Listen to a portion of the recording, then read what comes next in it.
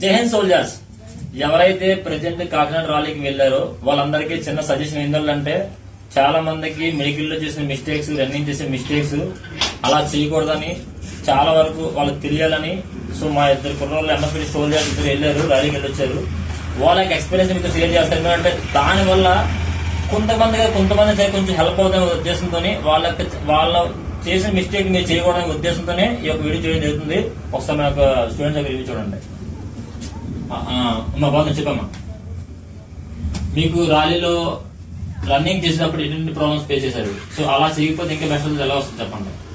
Running చేసేటప్పుడు starting 400 metres com గా వెళ్ళాలి సార్. తోసుకోవడం జరుగుతుంది, అన్ని జరుగుతాయి. ఓకే. అప్పుడు నీట్ గా జాగ్రత్తగా వెళ్ళిపోయి 400 మీటర్స్ దాటిన తర్వాత నీట్ గా మొత్తం స్ట్రైట్ 800 మీటర్స్ రోడ్. ఓకే. ఒకరిని అలా క్రాస్ చేసుకుంటూ వాళ్ళు దాటిన లీడ్ ఇవ్వకూడదు. ఇంకా మనం లీడ్ పెట్టుకుంటూ వెళ్ళి ఒకళ్ళు అలా లాంగ్ ఫుట్ వేసుకుంటూ వెళ్తే లాంగ్ 400 మీటర్స్ వెళ్ళిన తర్వాత కొంచెం బూస్ట్ పెంచుకొని అక్కడి నుంచి లాగితే నీట్ గా లోపలికి వెళ్ళిపోవచ్చు సార్. ఖచ్చితంగా 4 బోట్లు ఏదో వెళ్ళిపోవచ్చు సార్. ఓకే. సో కిరణ్, నువ్వు మీ బ్యాచ్ లో టాప్ 3 లో టాప్ 4 లో ఉన్నావు. సో టాప్ 1 లోకి వెళ్ళకపోవడానికి కారణం ఏంటి? తోసుకొని సార్ లాస్ట్ లో పడ్డాం. ఫస్ట్ ఆఫ్ ఆల్ అయితే కంగారు పడకూడదు సార్. లాస్ట్ లో పడినా ఫస్ట్ లో పడినా ఓకే, కంగారు పడకుండా మన ఫుడ్ మనం మెయింటైన్ చేసుకుని 800 మినిట్స్ ఒకే ఫుడ్ మెయింటైన్ చేస్తే చాలు సార్, వెళ్ళిపోతాం. ఓకే.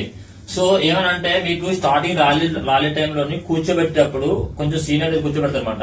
ఆ టైంలోని కొంచెం మీరు ఫ్రంట్ లైన్ లో ఉండేట్లయితే మాత్రం మీకు కొంచెం అడ్వాంటేజ్ ఉందన్నమాట. ఒకవేళ మీరు పికప్ ఉండి మన రన్నింగ్ మంచి టైంకి పడేది, ఊర్లో కూడా మీ విలేజ్ ప్రాక్టీస్ టైంలో కూడా బెస్ట్ టైం పడుతున్నప్పుడు అయితే మాత్రం మీరు అనుకున్న no problem. Maximum under 10 lines లో ఉండడానికి మాత్రం ట్రై చేయండి. సో దానివల్ల మీకు అడ్వాంటేజ్ ఉంటుందన్నమాట.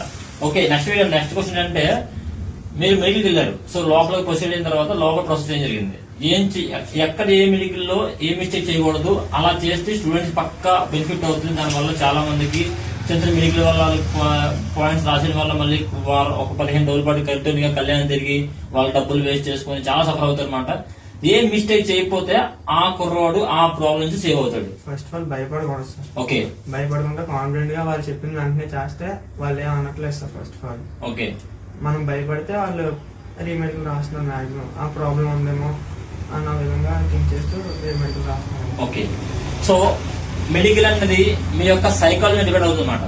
మీ సైకాలజీ అనేది స్ట్రాంగ్ గా ఉంటే, మీ కాన్ఫిడెంట్ అనేది పర్ఫెక్ట్ గా ఉంటే మీకు ఎటువంటి ప్రాబ్లం రాదు. ఓకే. ఎందువల్ల అంటే నేను చూసాను, నా ఎక్స్పీరియన్స్ లో నేను చాలా మెడికల్స్ కి వెళ్ళాను, నేను చాలా సెలక్షన్స్ కి వెళ్ళాను, నేను చూసాను. ఆ ఎక్స్పీరియన్స్ అనేది తెలుసు. సో మా స్టూడెంట్స్ ఏంటంటే అక్కడికి ఏంటంటే మీకు చాలా మంది పిల్లలు అలా చేస్తారు. సో అలా చేయాలంటే ఎవరైతే ప్రొసీడింగ్ స్టాఫ్ ఉంటారో వాళ్ళకి కొంచెం మెంటల్ వస్తుంది అన్నమాట.